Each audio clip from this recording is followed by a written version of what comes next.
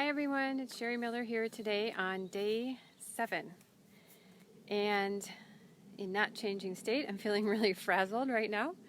I had envisioned this really great live today, and this is like the only day out of the entire year that we ever have company on our farm. And so I was just saying goodbye to everyone. It's Father's Day, birthdays, 5 different birthdays, including my daughter's and everything else. So like Andrew says, it takes a lot of preparation to be able to just go on and speak from your heart. And I feel like I didn't do the preparation that I wanted to do. But I so want to talk about this subject, and I've talked about it before, so I should be able to do it. So I'm feeling frazzled, but I'm also feeling like if I just talk, it'll come out. So I don't know what's going to come out today. I really don't. Anyway, I wanted to talk about well-being. And I'm already feeling more well-being, just starting with what I did. So that's the beauty of being able to come on frazzled. I love it. Thank you, Andrew. Anyway, our sense of well-being. So we've been talking about how movement is at the core of everything, and everything is a wave. Everything moves in a wave, and so beauty is waves, flow is waves, movement is waves.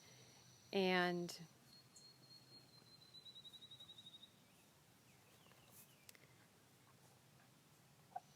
moving well, I've kind of alluded to this, right? So stress and fear are what you feel when you can't move well. And we'll go back to Adrienne Bigen's definition of life as movement with the freedom to change. Since life is movement with the freedom to change, the more smooth of a wave that you can make, the more that you feel well-being. When the wave is perturbed by the obstacles of life, be they physical obstacles or, emotional, mental obstacles, then you feel less of a sense of well-being. That's also appealing because what we most want is the capacity to flow more energy, to overcome more obstacles, to have more depth and width and strength to our channel for energy. So obstacles actually are attractive. The more grounded you are, the more attractive that obstacles are. But when you feel that sense of well-being, it's when you overcame the obstacle and you incorporated it into your movement.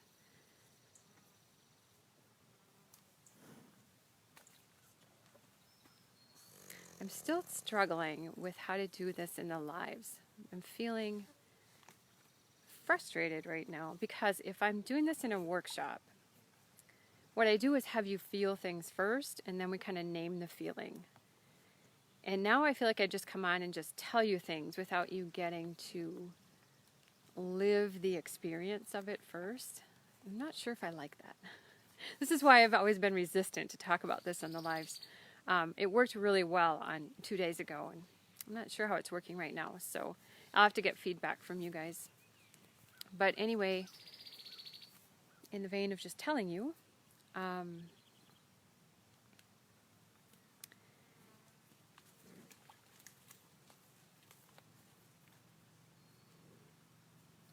if you think about your own life in those moments, they could be periods of your life, or they could be, just minutes, brief moments of time. But if you think of moments on any time scale where you feel like you have well-being, or you were in a state of well-being, what are some of the phrases you would use to describe how you felt, or that moment in your life, or that period of time in your life? And I'm guessing it's things like it felt lighter than air. It felt like I was on cloud 9. Felt like I was floating. things like that are going to be coming to mind. It's the opposite of the weight of the world being on your shoulders. I'm going to turn because the sun came out and it's really getting me. So anyway, there's my horse. Okay, we'll try that. My camera might not like it as much. I like it better. So that moving well is well-being. They are equivalent. And this even pertains to our insides and how we move through life. So when our gut moves food well, we feel good. When our blood vessels and all our tissues move blood and fluid and nutrients well, we feel good. When we physically move well, we feel good. If you go for a beautiful jog or a walk or you do yoga or something, you feel good in those moments. And when you move emotionally well through scenarios, you feel good. So it's totally tied to movement. There is no sense, there's no feeling of well-being when you can't move well. So what is the... How do I tie this in?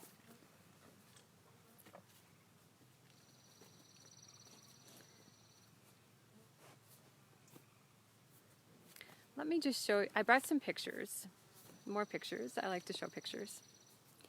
And let me just show them right now and then talk a little further about this. Because they're really fun pictures. Okay, these are, I hope you can see this okay, sheep jumping on a mattress. I'm assuming that someone put the mattress out intentionally for them, but anyway, I don't know the story. I just know that it's a very adorable video of sheep, lambs actually, jumping on a mattress. What is up with that? But it gets better. If I had my pictures in order, that would be even better. How about this? I don't know. Can you see both of them? I think so. These are wild foxes. It's another YouTube video. These YouTube videos are all over the place. You can find them. You can find tons of videos where people show wild foxes and wild animals coming in and doing strange things in the yard, swimming in their pools, and there are all kinds of them of foxes jumping on trampolines. And how about this? Let's see, can you see that? That's somebody's dog jumping on a trampoline. So what is up with this? Why do all these animals just find something bouncy and start jumping on it? For that matter,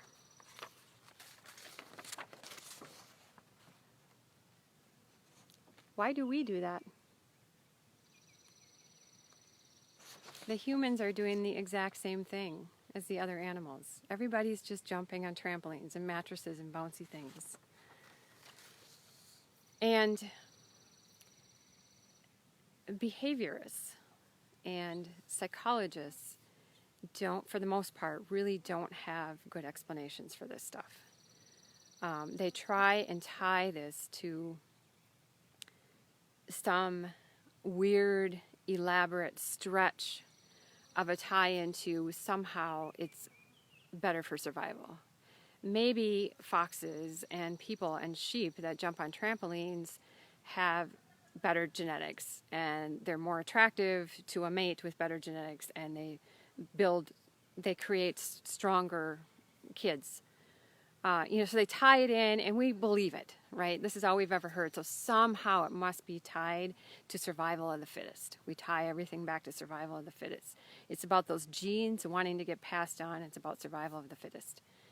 And there are many, many, many behaviors in both humans and other animals that behaviorists, psychologists, scientists just don't have any really good answers for. They can try and reach for these crazy answers, but they don't have any really solid answer for it. But if we come back to physics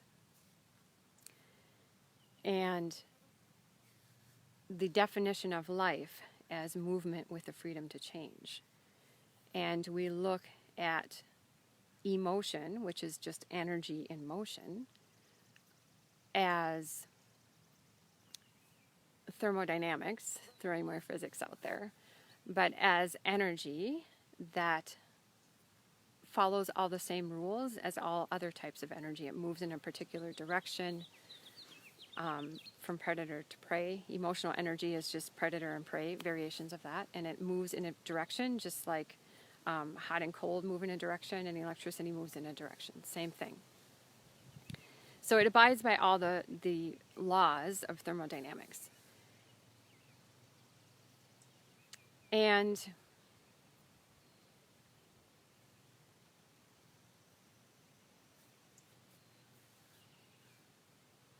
do I want to bring in the constructal law? It abides by the constructal law, which is what Adrian Bijan discovered. That basically says that systems, and a system can be our person, it can be, a system is anything, it depends on if you want to look macro or micro. It can be all the systems within our person, it can be our person, it can be person to person, it can be, an entire school or a population, anything can be a system.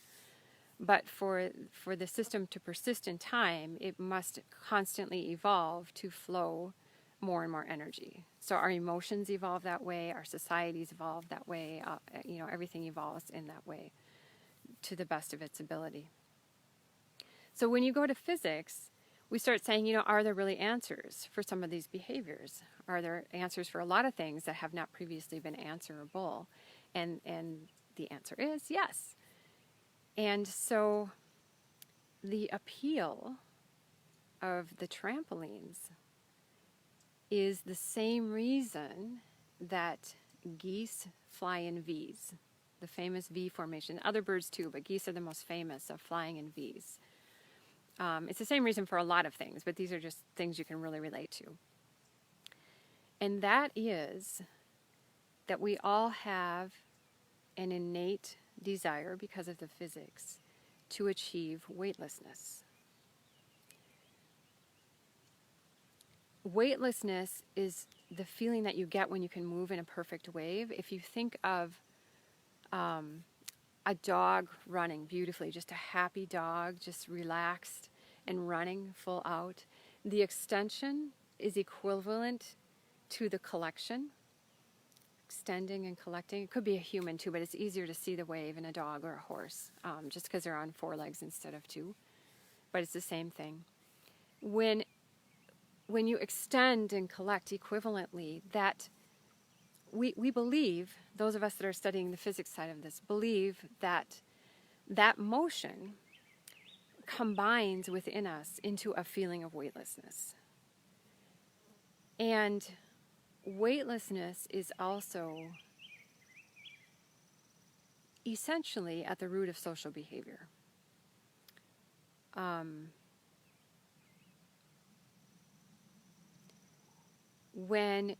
If you look at the geese, we use this as a metaphorical example, when the geese are flying in a V formation, the reason that they do that and why they line up so well and how they, quote, know to do it, because it's not intention, it's physics, is when we think of flying, humans think of flying as floating, right?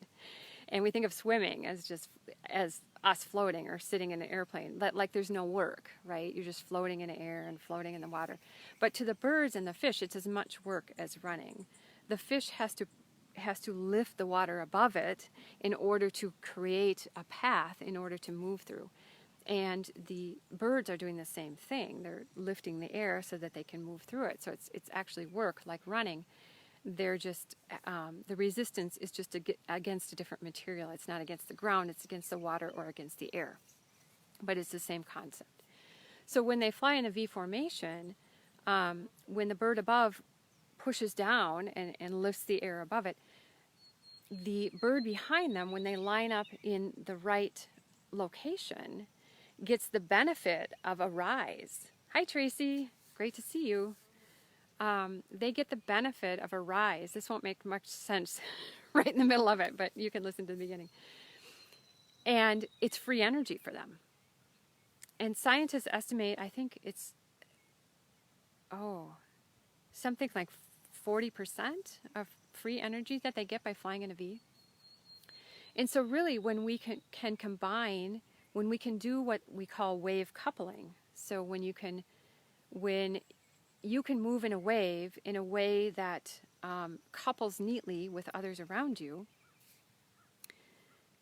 you get the benefit of free energy and you get the feeling of weightlessness.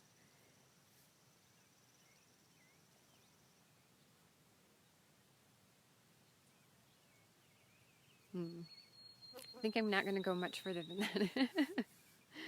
that. Because I want people to experience some of this. So anyway, the weightlessness is what I call the big want.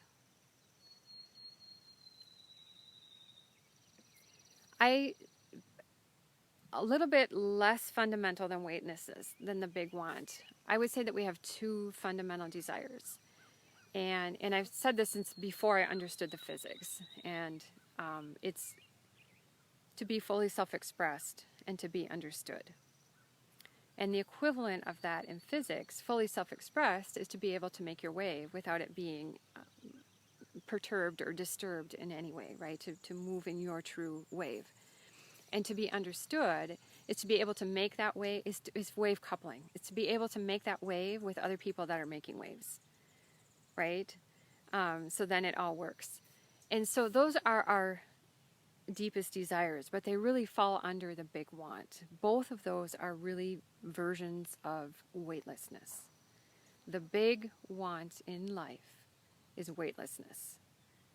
It's not about food and shelter and friends and relationships and all that kind of stuff. All of those things play into it. The reason we want them is because they lead to feelings of weightlessness. But the root, the fundamental, is weightlessness. And, now I'm getting some flow. Took long enough. I was frazzled. So, the big want is weightlessness. The big problem, we really only have one big problem in life. And all our other problems are just a variation of this one big problem. And it is, can you guess? I have one person on who can maybe guess, but the delay is so long, I don't know. It has to do with movement, since that's what we've been talking about the whole time, and last time, and the time before. So, in order to move well in the world, you have to know where your center of gravity is. You have to know where your center is. You have to maintain your sense of self in relation to other. Other can be other people or other things. It can be in the environment. It could be anything that you're encountering. Anything at all is other. And you have to have your sense of self, as in I can feel it, sense, in relation to other, in order to move well. So the big problem in life is very simple. We just lost our sense of self in relation to other. And now we can no longer move well. Now we have stress and fear and all the variations. Every problem in life is just some nuance of that. So we have one want, weightlessness, and one problem. I lost my sense of self in relation to other. I know this because I'm the master of it. Joe Courtney was asking me privately, how did you learn all this stuff? Because I've screwed it up, probably in bigger ways than anybody. That's a story for another time, perhaps tomorrow, that it was trying to dance with a horse and absolutely couldn't do it. Even the little trotting that I do right now, I mean, I could not do it. Absolutely could not do it for years and years and years. And it was really the drive to figure out how to do that led me down this crazy, strange, and beautiful and amazing path. And I have a good story about the realization of my sense of self in relation to other. That was part of my light bulb. But anyway, I figured it out because I've screwed it up more than anybody. So I sound really smart, but I struggle with it.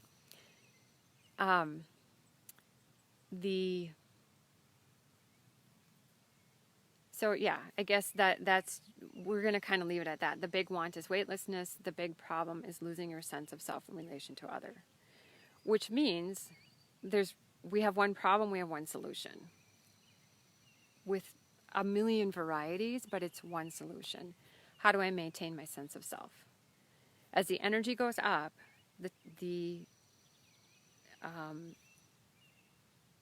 temptation, that's not quite the right word, but the likelihood of you letting go of that sense of self rises because you need a deeper, stronger channel to carry that increased energy that has been triggered for whatever reason.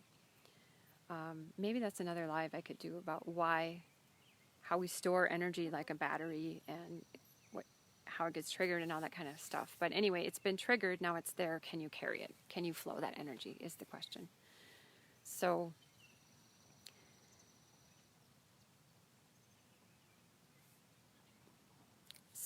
getting an increased sense of well-being is about increasing your grounding and suppleness. And I don't necessarily mean yoga suppleness. That can absolutely help, but you don't have to be, it's not the same thing as flexibility. Flexibility can be very, very good. It can also be bad. You can be so flexible that you also can't find your center, your sense of self. You're so loose and wiggly that you don't know where it is. So flexibility is a little bit different. So I'm not talking about flexibility in yoga. I'm talking about suppleness as in the ability to make a smooth movement. So it all comes back down to that. And so I'm going to tie this back to growth and beauty because those are my root. They're my reason for being. They're the reason I figured all this out, and they're my motivation for teaching it. So I'm going to tie it back to that of when you're helping others to grow, these are the dynamics that we're working with. You're getting them to the point of really hungering for that weightlessness. And you're going in doing that takes you through your own mirrored process of that. And dealing with the problem, the singular problem of it's a challenge to their sense of self. So I view all teaching, coaching and mentoring, but even teaching, I love the performing arts, but anything really, it can be math class. I believe that teaching should be viewed in the vein of these are just all the different ways that we challenge people's sense of self and help them to increase their capacity to maintain it as they're encountering life. And when we do that, teaching is very, very, very beautiful. And this is the kind of teaching. I use that term broadly. I would consider people on these lives to be teachers. I know people struggle with that word, but in my book, that's what they are.